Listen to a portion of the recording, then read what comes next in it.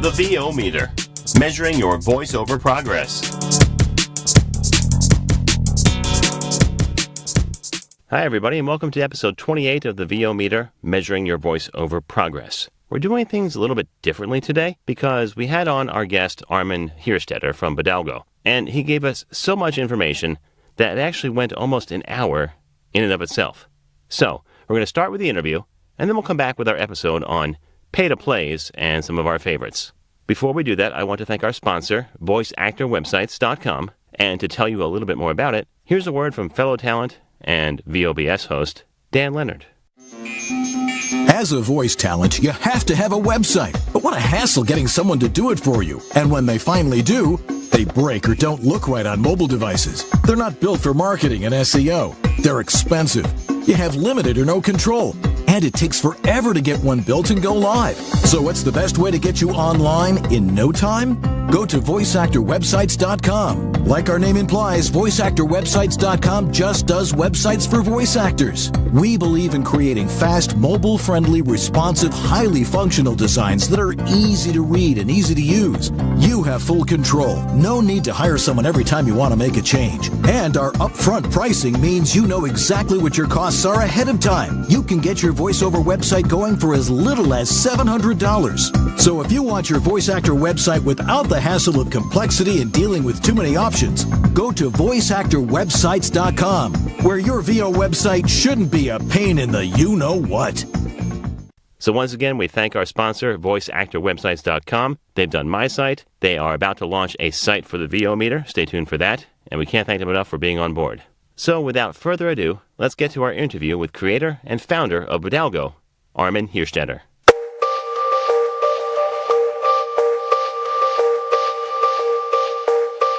Hi everyone, we are here in Bodalgo Call right now with the creator of Bodalgo Call. That's right, we are talking with none other than Armin Hierstetter, the owner and creator of Bodalgo. He is also a voice actor and producer himself, and a recent recipient of the One Voice Arts Award for the best online voice job site. So we are very, very happy to have with us Armin Hierstetter. How are you doing, Armin? Hi, Jean. I'm doing really fine. Thanks for having me. Very nice introduction. And may I add, I even got the other award as well for the best voiceover services website service, which is actually Bodalgo Call. Wonderful. That's amazing. And I should have mentioned this before, but everyone in the VO industry knows Armin as a true and metaphorical rock star. I mean, he's just, the amount of work that you do for the VO industry on an international level is incredible. So we are very grateful to have you today. Thank you so much. I really appreciate it. Well, the awards are well-deserved. We have become de facto shills for the company. We mention it in pretty much every episode. And our fans know that we use Bodalgo Call for all of our interview segments, which we have with guests. So we're really grateful and just so happy to have you here again. Welcome. Yeah, and probably I have to excuse because I see your, the podcast listeners will not see that, but I can see in Bodalgo Call that you're wearing headphones. You're sitting in your nice, in front of your nice microphone, and I'm just sitting in front of my laptop. So if my audio quality sucks a little bit, I apologies. I will do better next time. Oh, no. Well, we would love to have you back, but audio quality is not a requisite for this interview. So I'm sure you'll make up for it with wonderful information. I hope I do. Exactly. So, Armin, as we talked about, everyone knows you as the rock star who created Bodalgo and Bodalgo Call. But how did you get started in the voiceover world in general? What did you do before Bodalgo? Okay. So before I did Bodalgo, I was working in publishing for almost 2 decades. After school, I became a junior writer for a computer magazine, and that was my first job. And after I think nearly 2 years, 2.5, 3 years, I applied for a job with Penthouse magazine, like the men's magazine, because I heard from a friend of mine that they were looking for a senior writer, and I was in the computer industry. Everything changes so fast, so there's always something new going on, and I really like that with writing for the computer magazine. But if you have written for computer magazines for 3 years in a row, well, yeah, everything changes, but it's always computers. So I was thinking, could I go somewhere else? And somebody told me, yeah, there's this open position with Penthouse magazine. A senior writer just resigned there, and they desperately need somebody. And I said, yeah, well, come on, guys. I was like 23 at that time, or 23 or 24. And I said, yeah, they will be just waiting for me. I mean, this is a top shelf magazine with hundreds of thousands of readers, and I'm not really experienced. But nevertheless, I applied for the job, and I got it. So I was working for Penthouse magazine for 3 years, becoming the youngest deputy editor in Germany at that time.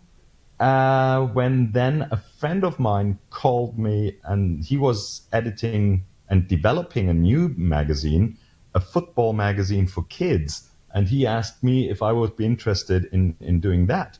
And although I'm a football fan, I support Bayern Munich, the German team you might know, and football was not really the topic I dreamt of, but it was a weekly magazine. And coming from a monthly magazine to a weekly magazine, that meant like this is the Premier League of magazines. It can't get any more exciting than that, with all the pressure of deadlines, and you have to have the magazine out every week, and it's really everything is working on tight deadlines. So I thought that would be really cool. So I did that. Then I did another teen magazine called Sugar in Germany. And I worked for the company quite a long time, but then in 2008, like at the top of the financial crisis, I was the publishing director of FHM magazine, which is also a men's magazine. I remember that one well. A real man's man, Armin. I was a subscriber, so sorry my funds didn't keep your job. And and I was the publishing director, and the sales were going down, like the sales on the magazine sales were going down, and also the advertising sales were going down. None of which I could stop. So they said, well, Armin is not worth his money, so we get rid of him. And that happened on the 17th of March. And fortunately, just half a year earlier, I had the idea of creating a website for voiceover talents, and this came along that way. That I think it was in 2004 when a colleague. I think I live of all the ideas of colleagues. A colleague told me in 2004. He was then overseeing FHM magazine. And he asked me, Armin, we need to do a new voiceover for a commercial that is upcoming for our edition of FHM. And how can we do that? And I said, well, you compliment me all the time on my voice. Well, let's try me to do that. And he said, well... And I said, come on, what do you have to lose? We go to the studio, we record. If it doesn't work, well, you lost nothing, and I don't charge anything because the company owns me, so the company owns my voice too. So it'll be fun. So we did that, and I went to this recording studio, and the director there, I told him right in the face, listen, I'm not a professional voice actor, but I think I can knock it out like a 30-second spot. I think that should be fine. And driving in my car to the studio, I was always saying to myself, FHM, Männer sind so. All the time. It's the claim. FHM, men are like that. FHM, Männer sind so. And I did that all the time to get in the mood and looking for, well, what would work. So I did my stuff there, and then the director said, okay, yeah, I can hear you. You're not professionally trained, but I think if you follow my directions, we have this thing recorded in no time. And 10 minutes later or 50 minutes later, he said, I think we got it. Wow. And so I was happy, and I thought, Armin, you now are a voiceover talent. Thank you for the laughter, because this shows exactly how naive I was. So basically what happened then is I thought I'm a voiceover actor. So I grabbed a CD with my only demo I had, this commercial, and I wrote to all the German voiceover agencies I could find. And now guess what happened? And lots of rejection. No, I heard nothing. They didn't even bother to reject me. They just kept silent. And I was like, oh, okay, that didn't work really, did it? And I was looking then online for opportunities. I had no clue about voiceover websites whatsoever. Well, I hadn't got a clue about voiceover whatsoever. So, but I found a website that offered the possibility to sign up with them, to pay money, and they would then send jobs to you. But all those websites have been targeted to the English-speaking market, basically. So I was trying to find a German website that does the same, and I could not find any. And I thought, well, that's odd. Wouldn't it be great to have a German website of that as well? Now, remember, this was 2004 when I myself had my first voiceover. I signed up with this English-speaking website, and I got my first jobs there. And I wish I would have still a recording from my first voiceovers, because they must have sounded, oh God, I think I would cringe so much. Because You'd be amazing how often we hear that. And I feel the exact same way too, because like you said, people who just get in, they have no idea what a VO should sound like. And the funny thing is it's just supposed to sound like you. But I mean, you can totally sympathize. It's hilarious. Yeah, but it was not only like my lack of how to give a decent read, but also like the technical quality of the audio. Well, I did music recording for a few years. I had my MIDI piano. I had a Roland hard disk recorded, and I had recording gear, and I had that. I had a decent microphone. That was all not the problem, but I did not have a voice booth. So what I did was I was in my living room.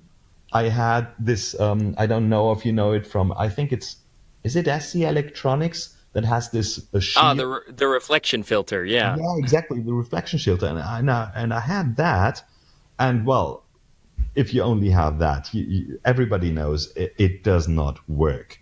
You have the room reverberation from all the sides, especially from the ceiling. So it must have sounded horrible. Still, the sound magicians at Metro AV Online, a New York recording studio, they booked regularly with me because they did trillions of e-learnings, and they did it multi-language, so they always needed a German version as well. And I worked together with them, I think, at least for 5-6 years, at least, probably longer.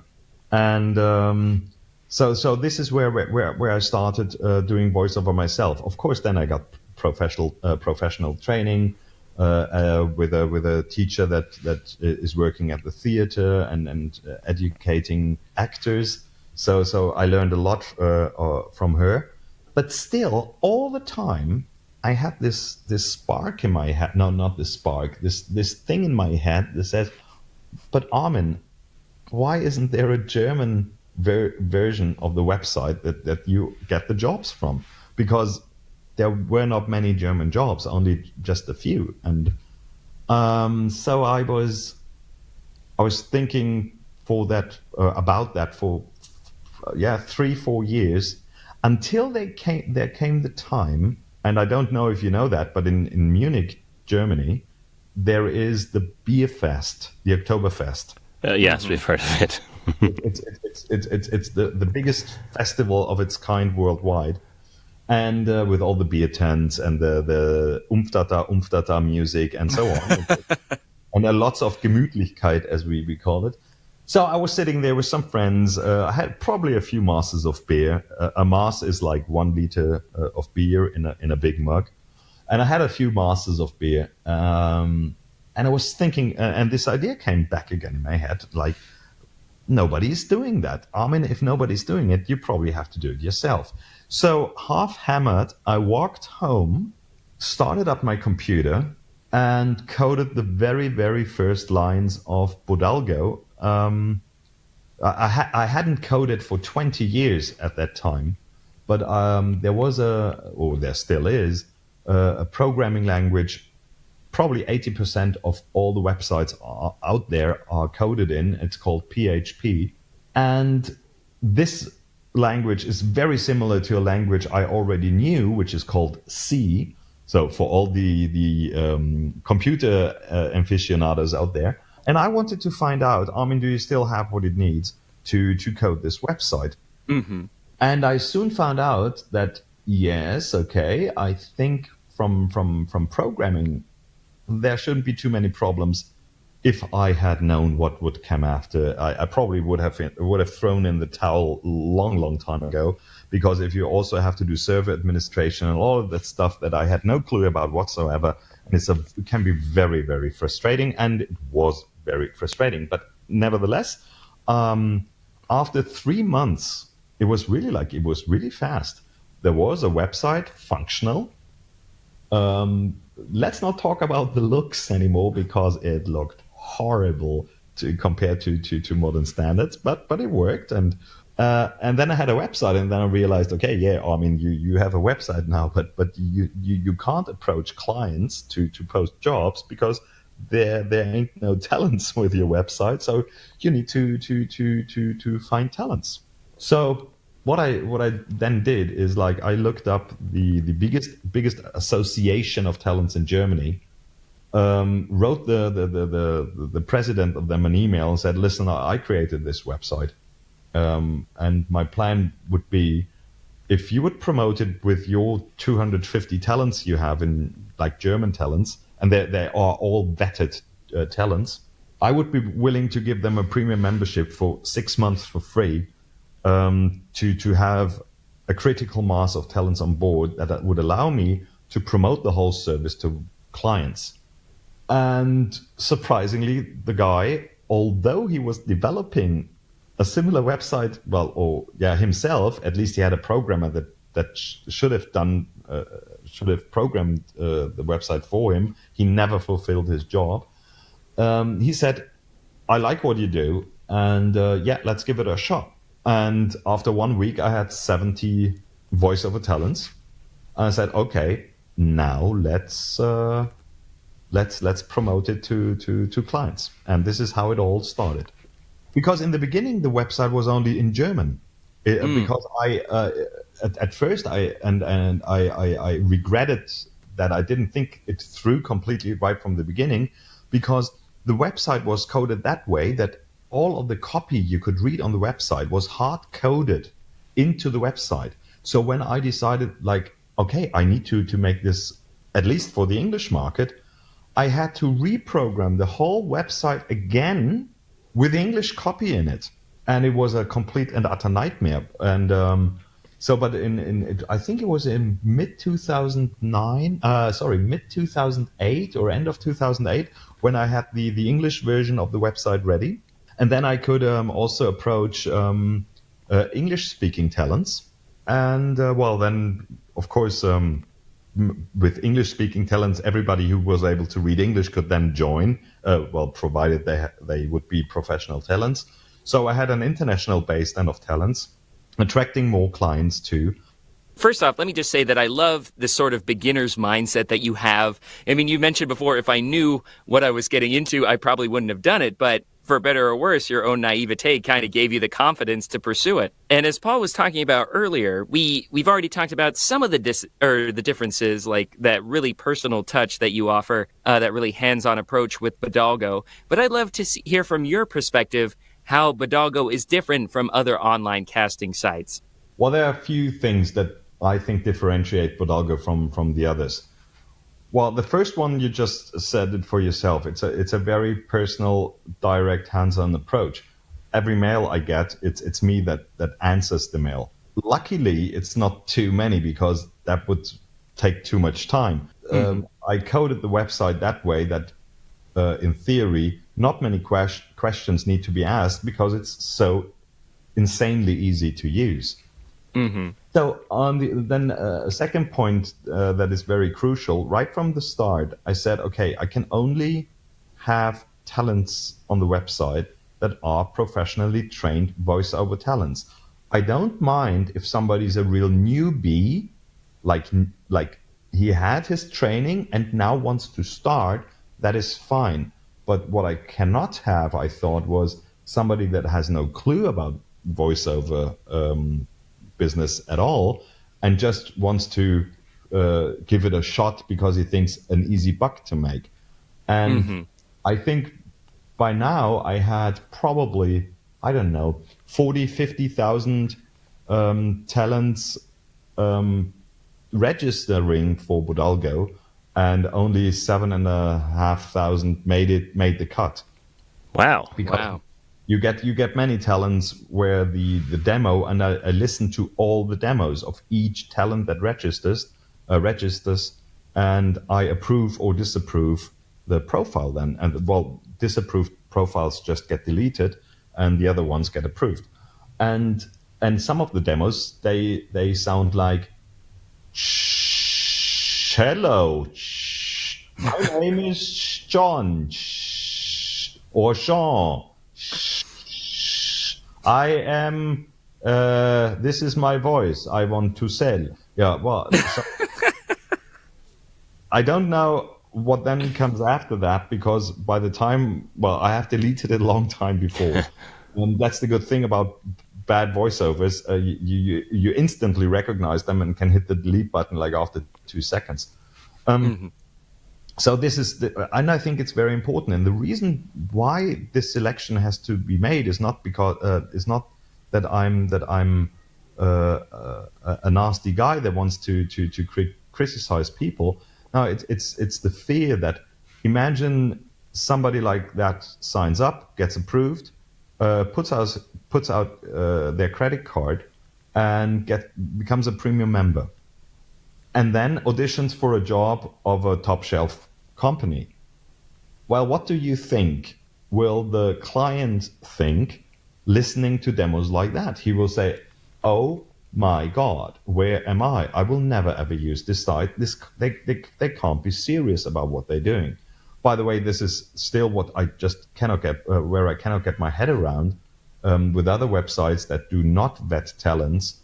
I wonder what those clients think when they hear that, and why they still using services that are frankly wasting their time. But that's a different story. But that's one part where it completely differentiates from others. And the third one is, I approve and disapprove every job that is posted. And if there's somebody that wants to have a TV spot for 100 quid, well, it's not happening. They are getting, well, first of all, the system semi-automatically scans for those things and will prevent the client from even posting that job.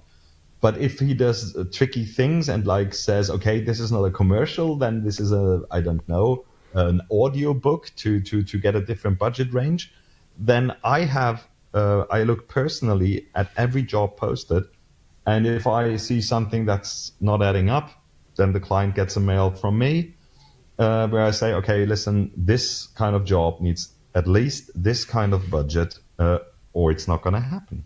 That's great. Well, that's wonderful. Yeah, we really appreciate that kind of quality control on both ends, because some of the other, I mean, everyone is familiar with some of the controversies regarding some of the other online casting sites. People wonder if there is an actual vetting process, or if the business is more concerned by just making a profit through the volume of subscriptions they get through the talent versus matching quality talent with quality clients. So I can't tell you how much Paul and I and the VO community at large appreciate the mindset and the approach that you're taking with that. It's wonderful, Armin. Thank you. Thank you. Appreciate it. But I do that on the one hand because I'm a firm believer that there needs to be a certain level of quality to provide a great job, to make a great product. On the other hand, I do that also because I'm a true believer that it can't possibly work otherwise, because the whole thing would implode. And I'm still gobsmacked when I listen to demos of people I see on other websites, where I say, well, probably you're not a premium member because you would alienate the clients big time, and it would badly reflect on the website that you have registered with.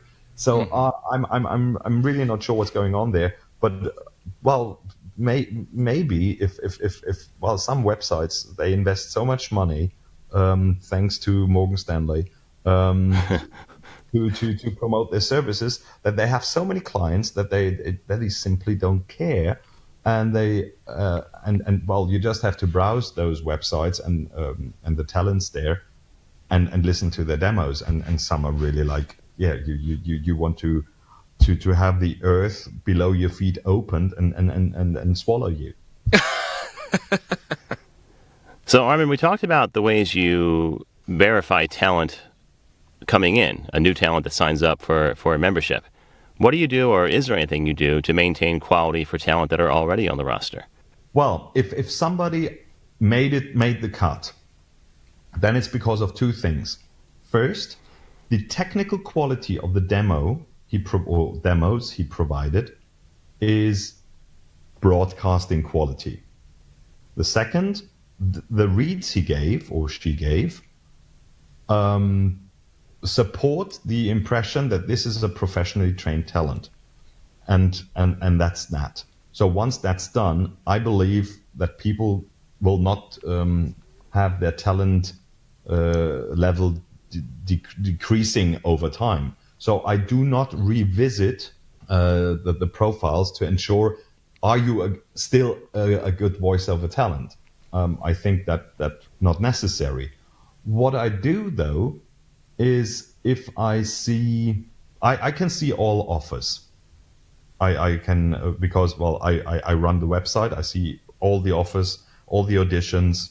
So what I do from time to time is, on a random basis, I flick through the demos, I listen to them, and if I see something that bothers me, could be technical quality, could be a music bed before the audition, things like that, then I shoot out a mail to the talent. Doesn't happen very often, but it happens. And also what happens is, if somebody is aggressively undercutting, then they should be prepared to get a mail from me where I say, okay, listen, I can't force you to ask for, or force you to have a decent budget that you're asking for, because that's your sole decision, and by law I cannot force you to stick with prices.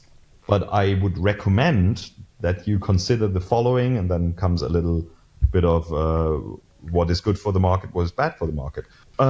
In another way, I do blog postings, not very many, not even close to as many as other websites do, where I try to answer the most important, or where I address the most important issues that I feel talents might run into, no matter how experienced they are. And everybody can read that on the Bodalgo blog. You don't need to be a premium member. You don't need to be a member at all, basically, to read those. And a few hundred times a year, I get questions asked by email, and then I direct the people just to the blog postings where I say, you need to read that, and that makes all of it completely clear to you. Well, that's great. I kind of knew the answer to that, because I think I shared on another episode of the show, I got one of those emails from you that said, hey, there's a little bit of something in the background of your audition for this job. And I played it back, and you were right. I had inadvertently copied a breath into my room tone that I pasted in every dead space of the audition. So it was like, today's topic is about foot pain. And here's how we're going to address that. And you were absolutely right to send that to me, and I appreciated the quality control. And by the way, there is also the what I call fast feedback that clients give, because the issue is always, you have dozens and dozens of talents that audition for a job.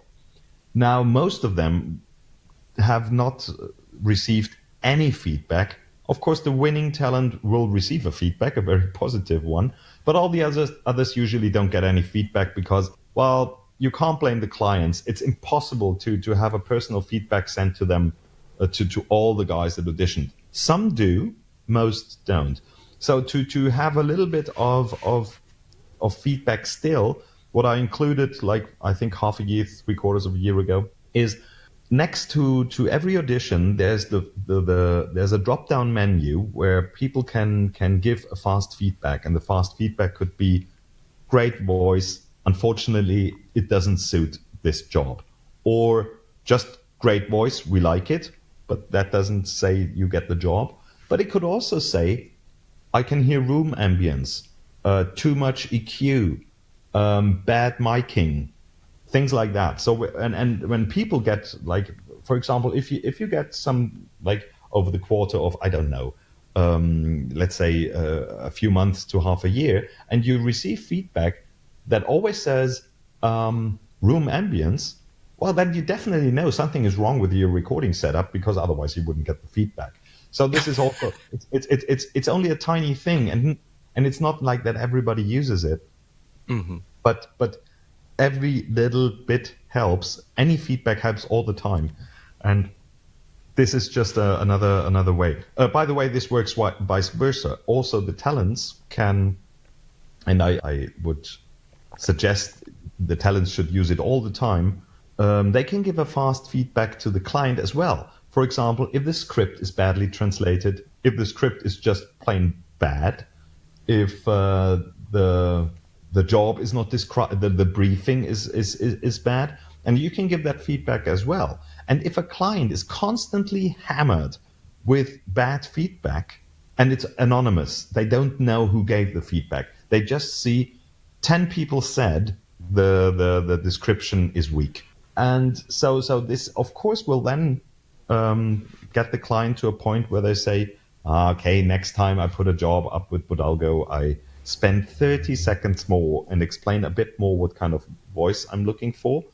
And of course, jobs or many jobs that are really weak in their description, they get rejected by myself, where I say, okay, this 3-word briefing will not do the trick. You need to be more precise, and it's for your own good, because the more precise your briefing is, the more relevant the auditions will be, and the better the job will be that you have at the end of the day. So everybody wins, and for you it's only like 30 seconds more time, but it saves you a lot of time down the road. So these are like the major things where I try to constantly educate and improve the quality. And it's really a long road, and it's a long, hard fight. But time is playing for me. As long as there is bodalgo out there, it will educate the people. I love that. And going back to what you said, all these little things for, like, to receive and give feedback between clients and talent, and it just goes back to your idea of quality control and trying to create quality voiceovers for quality clients. And it's amazing. You just don't see that anywhere else. Yeah, I would not be angry at all if other websites would like take this idea on board in there, because if everybody does that, that would help the whole industry so much. It's like, for example, David Rosenthal. I have and you're with GVAA too, Jean, aren't you? Yes. I'm their social media manager and membership liaison. I head up their membership program. And with the English-speaking clients, there is a link within the job posting right under the field where the budget goes. That says, unsure about the budget, check out this rate card. And, wow! And, thank you. Yeah, I included that quite some time ago. And these are also okay. Of course, this rate card information is massive. Probably not everybody's reading through this, but it's there, and maybe they don't do it for the first job or the second job or the third, but they see it all the time there when they're posting jobs, and maybe somebody clicks on it, and everybody that clicks on it is a good thing, and the information is there, and if it's there long enough, it will trickle down. Wonderful. Planting the seed. Yes. Thank you so much, Armin. You've told us a little bit of the progression and evolution of bodalgo. What do you see on the horizon? What is the future for bodalgo? Well, the future for bodalgo is the past of bodalgo. The goal is the same: attracting more clients. I don't know if you're aware about that, but since the beginning of bodalgo, bodalgo has not made any marketing efforts towards talents. I never did that, and probably never will do. There's only one exception, and these are my appearances at voiceover conferences, where I go to Atlanta or I go to Gravy for the Brain, the the Voice Awards. The One Voice. One Voice. Thank you, Paul. And this is the only marketing effort I do to the talents, and I might reduce that a little bit in future. Well, first, it's a quite a financial impact if you sponsor those events. And don't get me wrong, I absolutely adore Gerald, what he does with the VO Atlanta. I think this guy is a wonderful person.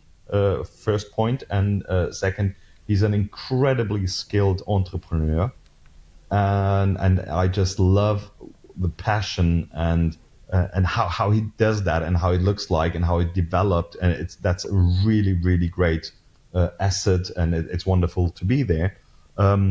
Nevertheless, I attracted really very much attention on the voice talent side.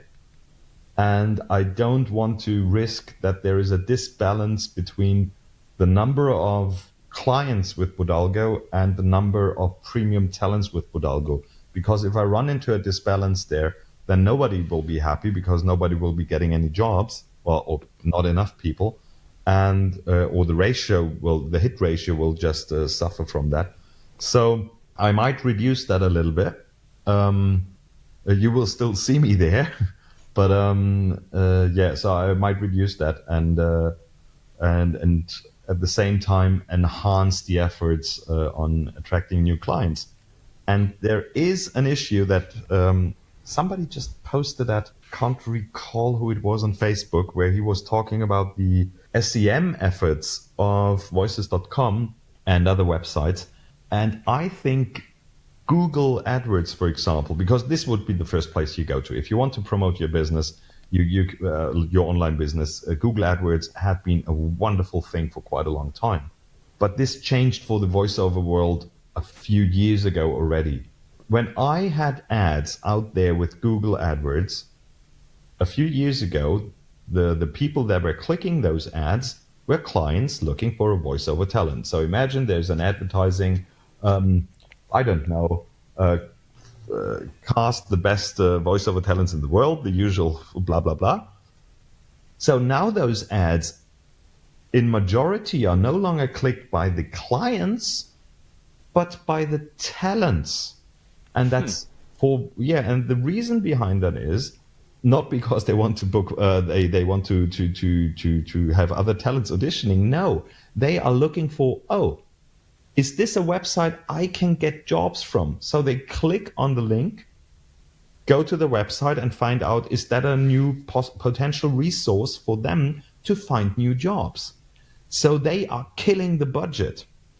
And I saw that really massively 2.5 years ago, where I saw from the signups, it's now 80% talents that end up signing up from all the clicks that I get from the campaign, and it's just not working anymore. So there are different ways, which I'm not going absolutely into detail, because David Cicerelli probably hears that as well. So SEO is still key if you're trying to promote your website, so it shows up in the search engine result pages, like the what do you call it? Not the paid traffic, but just the normal Google organic traffic. Yeah, thank you. That's the word I was looking for. So this is still very, very important, of course. Also, what really helps is that the client base of bodalgo now has reached a level where word of mouth is really, really helping. And there are other bits and pieces with PR, for example, but that help drive the clients. And there's another thing. I saw that this year, job-wise, bodalgo has a plus of 20% compared to last year, but the number of clients is not as high. The number of new clients is not as high. So the clients that are with bodalgo are posting more and more jobs, and this is a very good sign in my book. Well, that's great to hear. So we talked a little bit about the future of bodalgo, but you haven't stopped with just bodalgo. You actually have ventured into some new businesses. Can you talk to us a little bit about some of your other ventures? Yes. There's one in particular that I'm not sure whether this is of great interest to the audience right now. But do you have any idea how many voiceover artists are geeks? There's a lot of us. There is this new website that I've been working on for now close to even more than 18 months. And it has beta started in January, and it's a marketplace again, but this time it's a marketplace for retro video games. So you maybe remember all those consoles from the 80s, from the 90s, from the 2000s, and many of us have played with them. And a friend of mine approached me in end of 2016, beginning 2017, if I would be interested in coding a marketplace for that. And I was telling him, yeah, that's a very great idea. Thank the Lord there is no eBay and Amazon. But while I was saying that, I said, hang on, eBay is ridiculously expensive when you want to sell a game, and Amazon even more. It's 15% plus close to $1 per item. It's enormous. And there are no dedicated websites for geeks and nerds and gamers. So I said, well, hang on, wait a second. Maybe you have there something. Are you sure there is no dedicated marketplace for retro video games out there? And he said, well, I'm pretty sure. So I did my own research, and it's hard to believe, but actually it's true. There is no website worldwide that is dedicated as a marketplace to retro video games. Of course, many game shops have their own website where they sell games, but that's not the idea. The idea is that every user can buy or sell games. So a real marketplace like Amazon or like eBay, but it's not an auction. It's just you can buy and sell this stuff for a fixed price. So. And this is what retroplace.com is all about. And it launched beta in January, and in August there's a fair in Cologne, the biggest games fair in Europe, the Gamescom. And this is where officially introduced the marketplace bit of the website. On the website you can already manage your collection. There's a database with 110,000 games, which makes it incredibly easy to say, okay, I have this game, I have this game, I have this game, I have this game, I have this console, I have this console, and the nerds and geeks like to manage their collection in one nice place. And this is what RetroPlace already does, and does it in a wonderful way, incredibly easy. The collection never looked greater than on that website. But the core of the website will be the marketplace, and that will launch officially in August. And then it will get really interesting, because the marketplace is, of course, where the business model lies. So we take a 7% commission on every game sold there, which is a third or a quarter what Amazon takes, and it's kind of half what eBay takes. So it's really, really, really cheap. And well, let's see. So far, we have 1,000 users on the website. Almost did no promotion at all. this will change. And guys, I want to have your take on that. Because that could be interesting. When the website really starts, like officially the marketplace and all, and if I see, okay, the marketplace works fine, there are no big bugs, I was wondering, would it be absolutely like fishy if I dropped a mail to a selected number of talents of Bodalgo and said, listen, you guys know me. There is something I want to tell you about, and would you help me promote it if you're interested in the topic?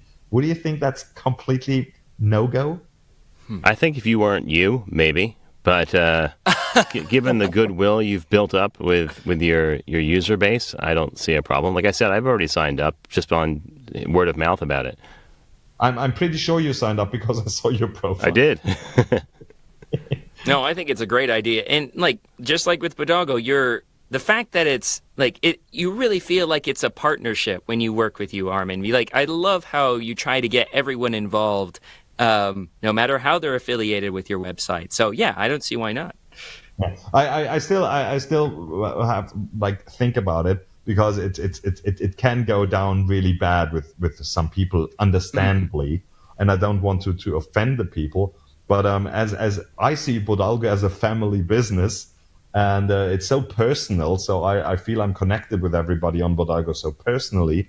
One final question, and it's kind of taking a different slant, because you've already outed yourself as a bit of a geek and a gearhead. So I know you've got some pretty impressive studio equipment, and Paul and I are unabashed gear snobs or sluts or whatever. We're not snobs, we just like gear. So we'd love to hear what your studio setup is, so maybe you could give our listeners some ideas on how they can improve their own sound. Okay. Let's start with the hardware, and I mean the non-technical hardware.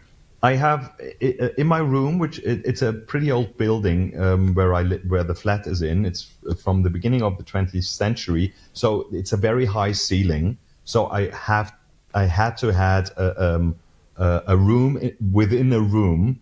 I built myself a vocal booth. Do you call it vocal booth anyway? Yep. Oh yeah, a vocal booth, isolation booth, okay. Whatever works for you. So I did that with with walls that I built myself, and I can only tell you that I think I'm a firm believer. There is a foam made out of melanin. It's called Basotec.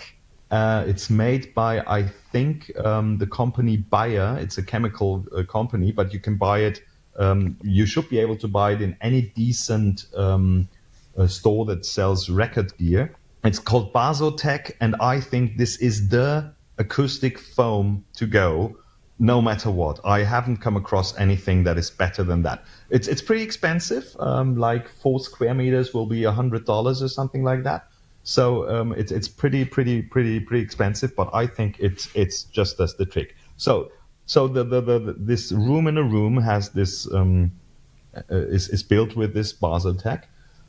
Inside the vocal booth, there is a Neumann U87, which is a great microphone, no question. I just think it doesn't suit my voice. So it would be a good idea, reminder to myself, next time before you buy a $2,500 microphone, try it first. Yeah, but it's hard to get that out into your own studio, unless you work out an agreement with who you purchase it from. Every decent store should give you a test opportunity, and if they don't, you go away. And the guys would have done happily. I just said, nah, it's fine. It's a U87, and what could go wrong? No, it sounds wonderful, but I also have a Browner Phantom Classic, and that sounds so crisp. It has this. I can't describe it. It's really like, it's just a very crisp sound that is also maybe because I'm a baritone bass voice, and it really helps this voice. Mm-hmm.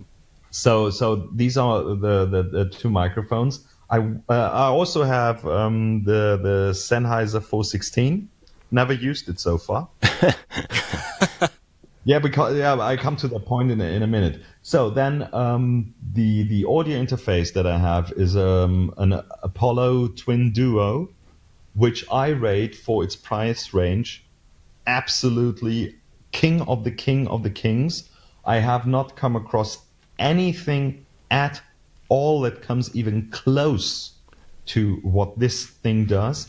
It's especially useful because usually you have effects in your DAW, and the effects are rendered in your computer, which gives a little bit of lag time.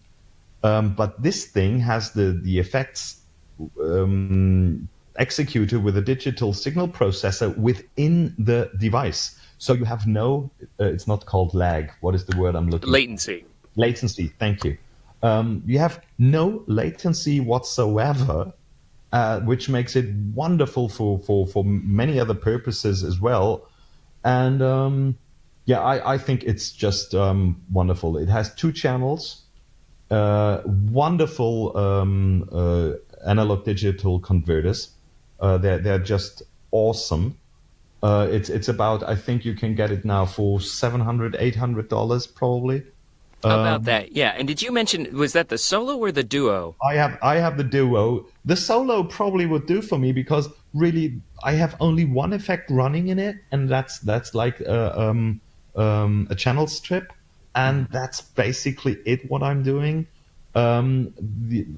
because I hardly do any I don't do any cueing on my voice.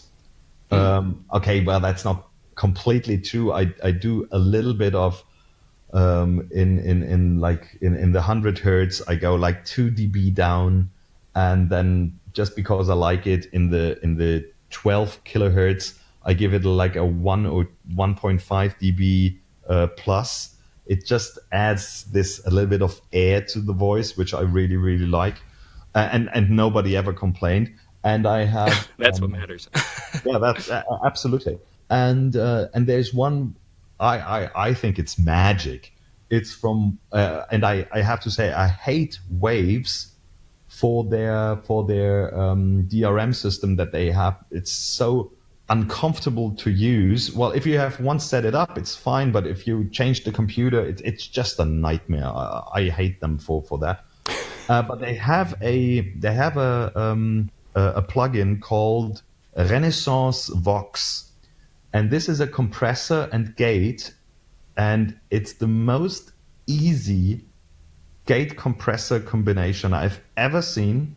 It works like magic. It's a very, very great gate because the gate it's not like, but it's really, and when there is like you don't have to cut your breathings out because when you trim it correctly, it will not get the breathing.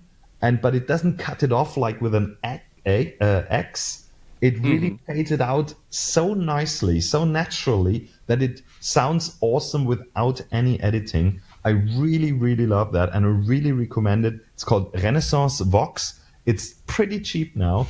I think you probably can grab it for $69, $89, maybe even cheaper because it's a very old plugin. But I think it's just wonderful and it does magic. And for the computer, it's an iMac i5. Now it's like two and a half, 3 years old. It's doing its job great. Well, for voiceover recordings, you don't really need that much power. So any computer will do. But with me, it will only be a Mac. I'm not against PCs, but after I came from the Atari ST in the 90s,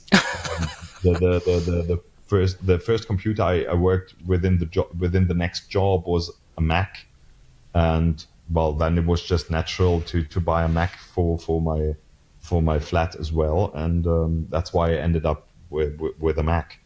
So very cool. I'm an Apple fanboy. Now all you haters, you can come after me.